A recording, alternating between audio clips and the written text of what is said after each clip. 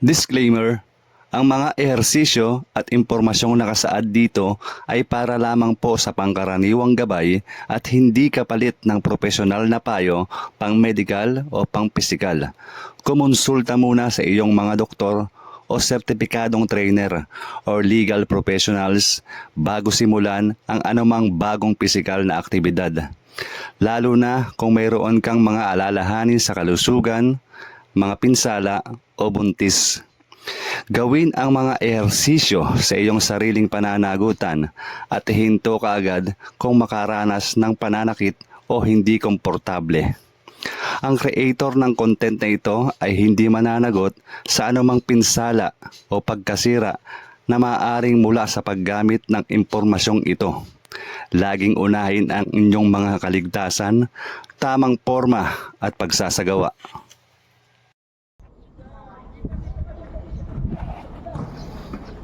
Minsan, wala naman tayong kailangan patunayan kapag tayo ay pumasok sa pag-exercise or kapag matagal na tayong nag-exercise. Lalo kung hindi naman tayo mga atleta, wala tayong kailangan patunayan sa ibang tao para kailangan meron tayong ibit na record or dapat maging maganda yung record natin. Yung bang makapag-exercise tayo sa araw-araw, makapag-jogging, walking, basketball, swimming, or kahit anong exercise pa man yan, is more on the record na rin yan.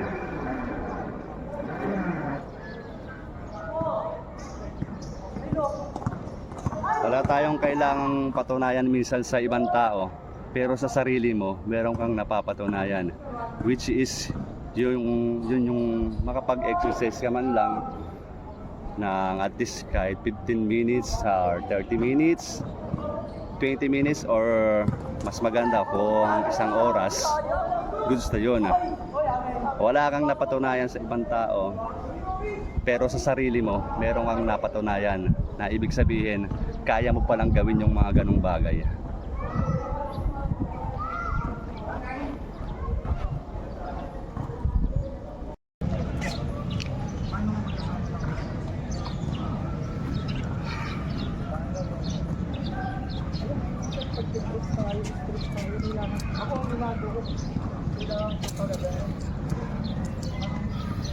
Medyo na late ng gising, kaya dumating tayo dito sa complex na medyo mataas na yung araw.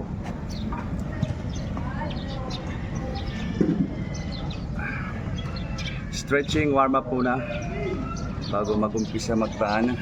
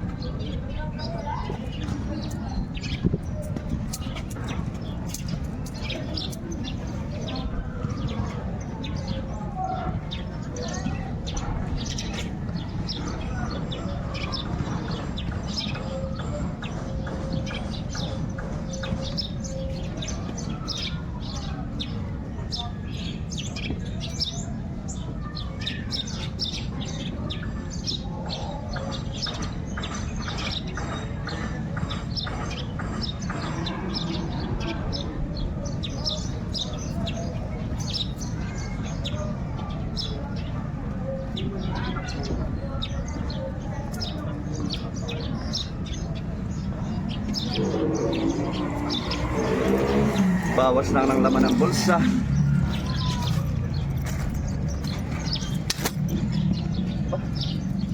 Haba meron pa. Ang dami naman laman ng bulsa ko. Barya. Saka sunglass holder.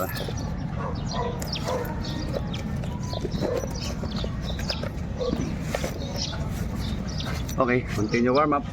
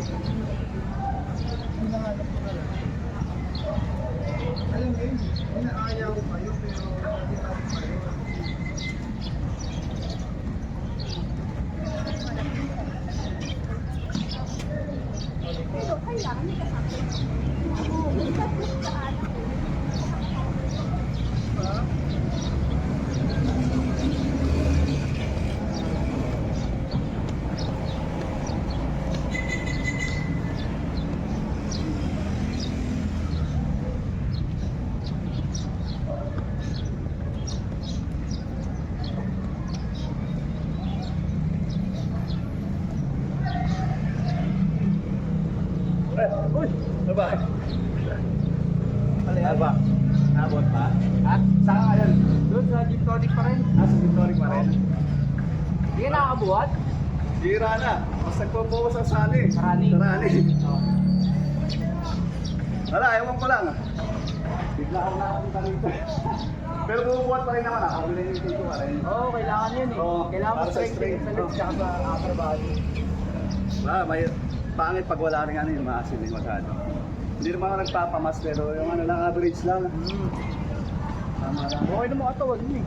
Pang runner. Dati malaki ako. Tumulog sa ako. Oo, di ba? Siyempre, gano'n naman sa umpisa eh. Nagkakasabay tayo, lakabal mo yun eh.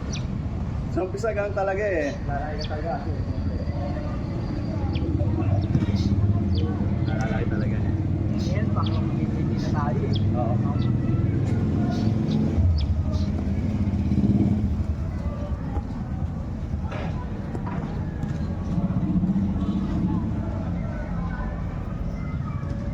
Pero may pangalan ulit. Alex? Alex ng Aldi pala. Sa Tansa ka ba? Oo. Yung dati, doon ka kay ano, di ba?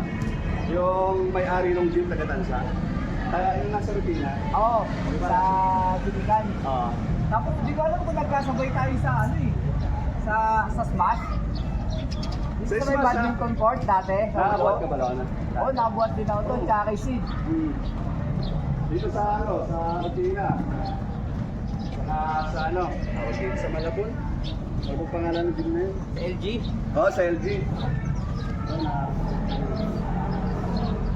Sa pa yun, taon na rin nilipas. Ganda nun, mga 2014 pa yata yun eh. 15.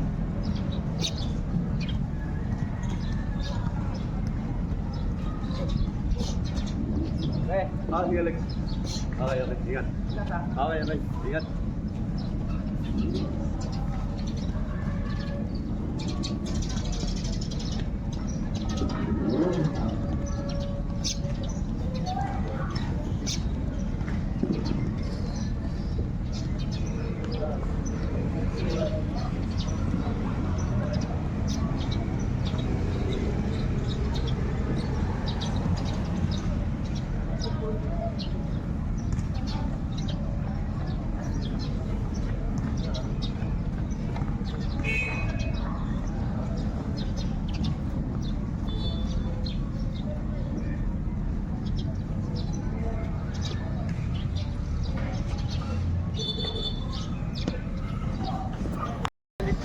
Okay, start na tayo.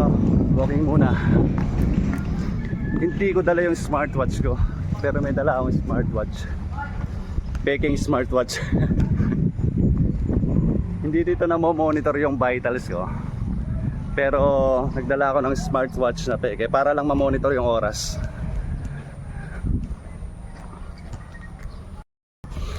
Sabagay, sanay na naman tayo mag-exercise, mag-training or mag-running ng hindi umaasa rin minsan sa smartwatch. Kasi nung nag-umpisa pa lang tayo mag-training at mag-exercise, nung hindi pa naman uso yung mga smartwatch, nagagawa na natin yung mga training na gusto natin sa exercise. Hindi ko naman sinasabing hindi na kailangan ng smartwatch kasi modern na yung panahon ngayon. Marami ng paraan para ma-monitor yung vitals natin, para kung hanggang saan lang tayo pwedeng mag-exercise. Hindi ko naman sinasabing hindi nakakatulong. Mas nakakatulong yung smartwatch. Pero minsan, kailangan pa rin nating magbase rin muna sa fitness level natin, fitness level ng katawan ng isang tao. Kung hanggang saan siya tatagal sa ginagawa ng exercise nang hindi minomonitor ng smartwatch. Gumpisa ako ng medyo mataas na yung araw. Pero okay lang naman, hindi na rin naman bago yun. Kasi matagal na rin ako nagra-running or exercise, taas na rin yung araw. Kaya okay na rin, sanay na rin yung katawan sa ganong temperature. Speaking of pataas na yung araw, isa yung temperature, klima, or yung atmosphere. Isang factors to para maka-apekto sa vitals ng isang athlete, or nag-exercise para magbago yung vitals niya. Ibig sabihin po, sa experience ko, saka sa mga research ko, isa yung atmosphere sa nakaka-apekto sa vitals. Pero okay naman yun, okay pa rin naman yun. Kasi yung exercise or training, base sa experience ko, saka sa mga nare-research ko, exercise is for adaptation. Kailangan ma-adapt ng katawan mo yung iba't ibang klaseng atmosphere or klima. Yung bang parang hindi lang nagbabase yung katawan mo doon sa komportabling klima or temperature or atmosphere. Mas pinapalakas ng katawan mo yung iba't ibang klaseng atmosphere or klima. Kailangan ma-adapt ng katawan mo yun. Kasi yun yung ibig sabihin talaga ang exercise para sa akin, saka sa mga research ko. Exercise is adaptation. Kailangan ma-adapt ng katawan natin yung mga ganong bagay, yung mga ganong factors. Kaya isa yung temperature or klima, atmosphere, isang factors yun para mag-iba yung vitals ng isang tao. Ganun na yung atmosphere, ganun pa yung, or ganun na yung klima, tapos gumagalaw ka pa, nag-exercise ka pa, kailangan ma-adapt ng katawan mo yung ganong iba't ibang klaseng temperature or klima para mas lumakas yung isang tao. Hindi ka lang magbabase doon dapat sa kailangan mo mag-gym or mag-training dahil komportable yung lugar or yung isang place. Hindi ganun minsan. Kailangan maranasan ng katawan natin yung iba't ibang klaseng hirap para ma-adapt nila yung ganong klaseng hirap. So, kailangan magdedemand yung katawan natin ng ano. For example, isa na yung oxygen. Pag ang temperature is medyo mataas, pagdedemand yung katawan natin ng more oxygen. Pero dahil kaya na ng katawan mo, na-adapt na ng katawan mo yung ganong klima, kaya nang i-sustain ng katawan mo pag nag-demand yung katawan mo ng more oxygen. Base lang naman sa experience ko yun, saka sa mga nare-research ko, ina-apply ko, tapos sa na-experience ko is ganon naman. Kaya ibig sabihin, okay para sa akin yung ganon. Ang running plan ko ngayon, dahil wala akong smartwatch, walang nagmo-monitor na ang ginagawa ko running, magbase lang tayo sa ano, sa katawan natin. Minsan kailangan gawin yun. Makinig tayo sa katawan natin. Listen to your body. Bali, ang gagawin ko ngayong running plan is 15 minutes continuous jogging, then after 1 minute walking. Yun yung resting interval ko, 1 minute walking. 1 minute walking, resting interval after ng 15 minutes continuous jog habang nagwa water break. Water break, syempre pwede man tayo minto siguro, no?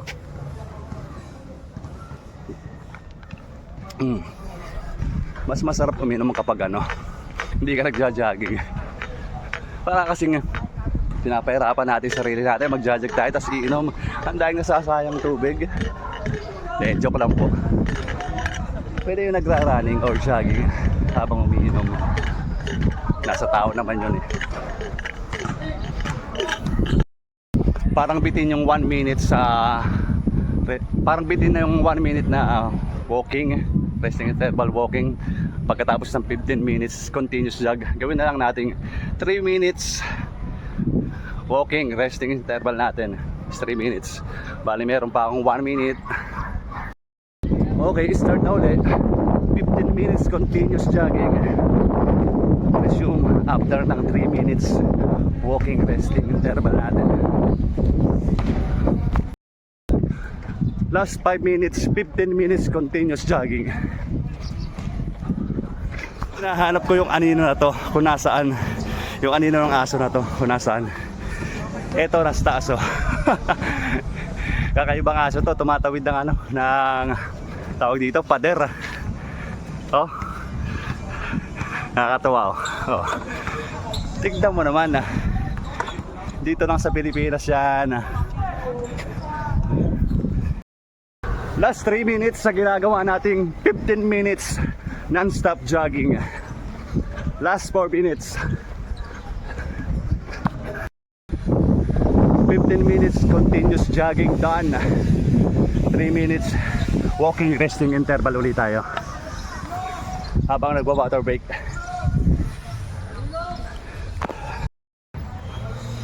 After ng 3 minutes walking resting interval natin, tapos na rin tayo.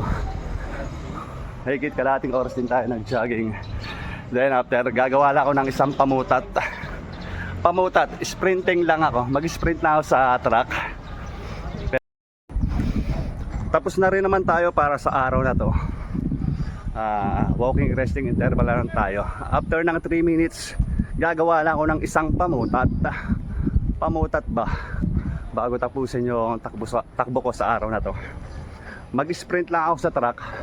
Walang exact lap, walang target lap kung makakailang lap ako sa track or gaano siya katagal.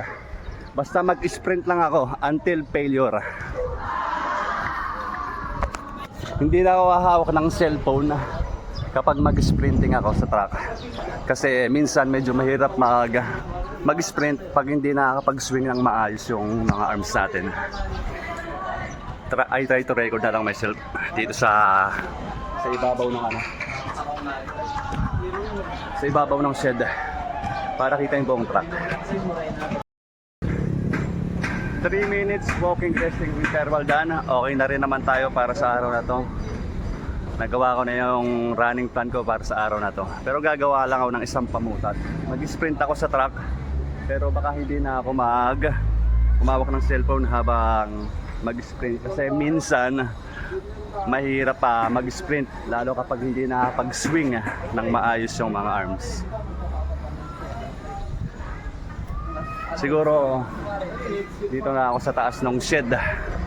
Dito na lang ako sa taas ng shed mag-video.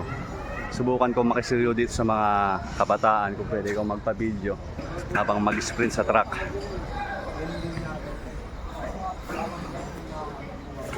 I try to record na lang myself dito sa ibabaw ng shed. Aray ko!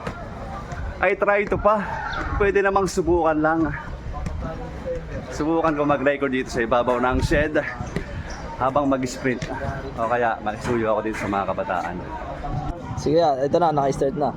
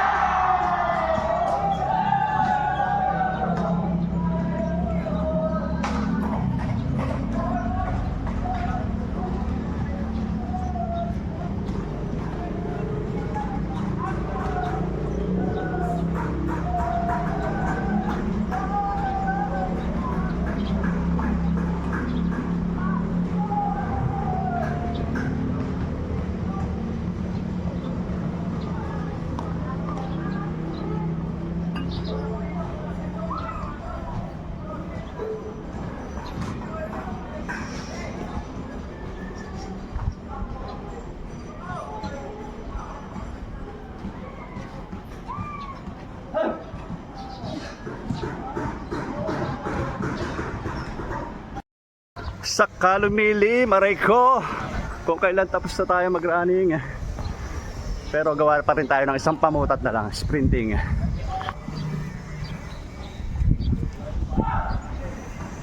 Pwede pa lakasan ng brightness. Maliwanag eh. Hindi, nag-automatic kasi. Pero naka-play na yan. Oo nga no. Automatic eh, yan, okay na. Pwede tayo mga matawan. Pwede na yan. Yeah. Bila ako after ng 1. Ito lang. 3, 2, 1, go!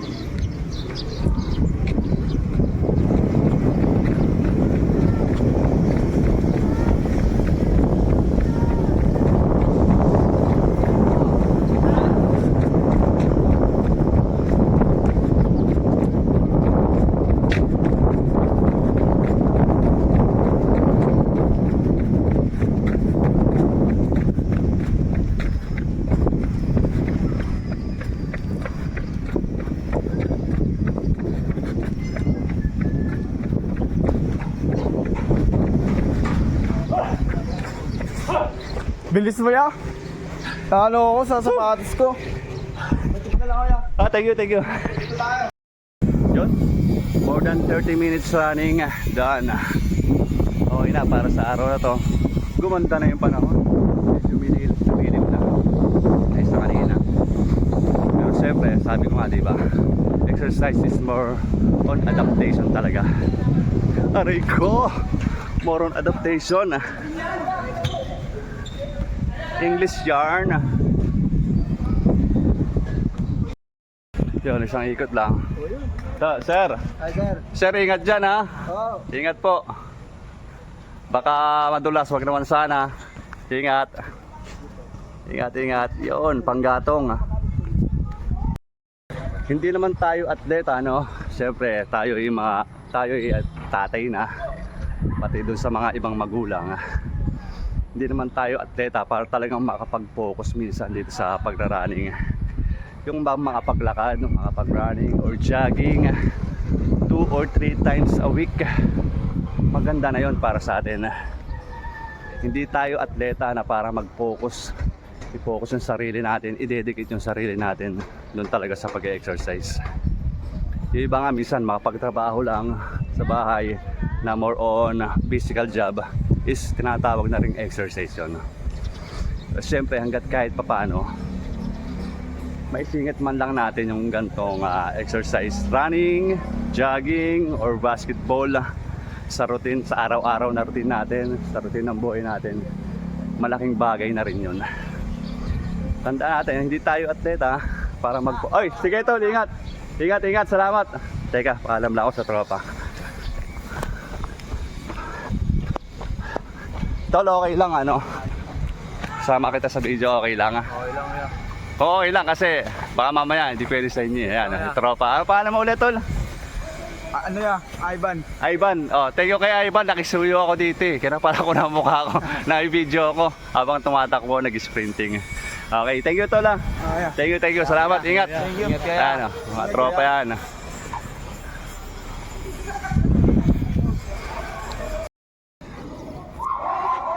Yun, tapos na rin naman tayo para sa araw na to. Konting words of wisdom lang para sa araw na to. Siyempre, hindi naman tayo athlete, no? Para mag-focus tayo, i-dedicate yung sarili natin sa pag-exercise. Kahit anong exercise man yan. Running, basketball, gym, magbuhat, magpalaki, magpalit ng katawan. Hindi natin kailangang i-dedicate yung sarili natin sa ganong bagay. Kasi iba-iba tayo ng estado ng buhay. Yung iba nag-aaral. Lalo yung mga magulang nagtatrabaho. Siyempre mahirap para sa kanila isingit yung mga gantong bagay. Kahit at least mga 2 to 3 times a week, pwede na rin yun. Standard na rin yun para sa iba. Para magkaroon na magandang exercise. May kilos lang ba yung katawan? Mga pag-jogging, mga pagbuhat. Malaking bagay na rin para sa atin yun.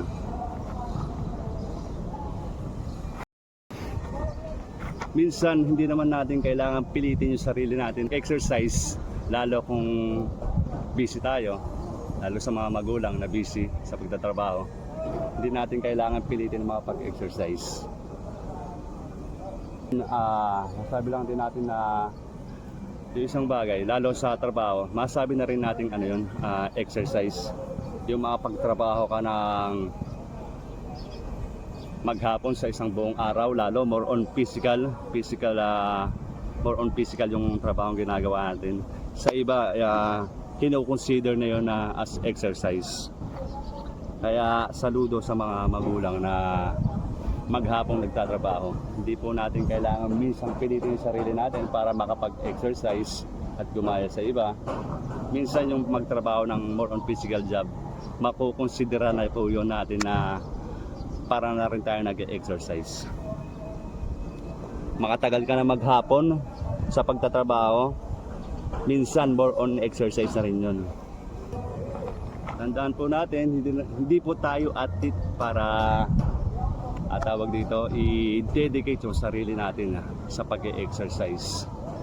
Pero at least kahit paano magawa natin 2 to 3 times a a week. Kahit anong klaseng exercise man po yan, running, jogging, or basketball, swimming, walking, 15 minutes or 20 minutes, 15 minutes or 20 minutes, 30 minutes, or mas maganda kung tatagal ka ng isang oras, goods po yun. Maikilos lang natin yung sarili natin sa araw-araw. Minsan is more on the record na yun. Hindi naman tayo mga atleta na para may patunayan. Hindi tayo athlete, pero minsan kaya natin gawin yung mga training ng isang athlete.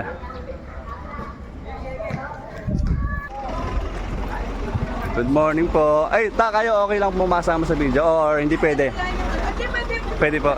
Hello po, good morning po. Good morning po. Malabon Oval Campus. Ano po, si Mr. Alpi De Guzman po. Alpi Bernabe De Guzman sa Facebook po. Apo.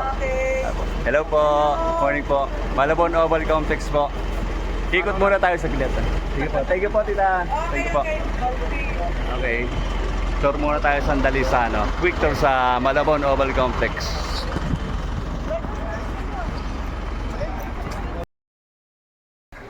Oops, putulin ko muna po yung video at para dun sa mga nag-aabang at gustong manood ng gagawin kong quick tour video dun sa Malabon Oval Complex.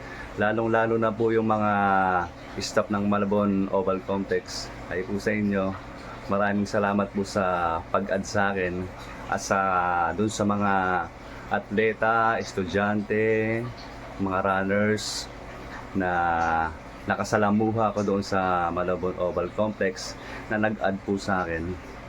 Maraming salamat po sa inyo. Abang lang po kayo sa ginawa or pinrepare kong video na i-upload ko sa mga susunod na araw. At gumawa po ako ng sarili kong personal YouTube account para doon nyo po mapanood yung gagawin kong video na quick tour. Para po medyo mahaba at walang bitin.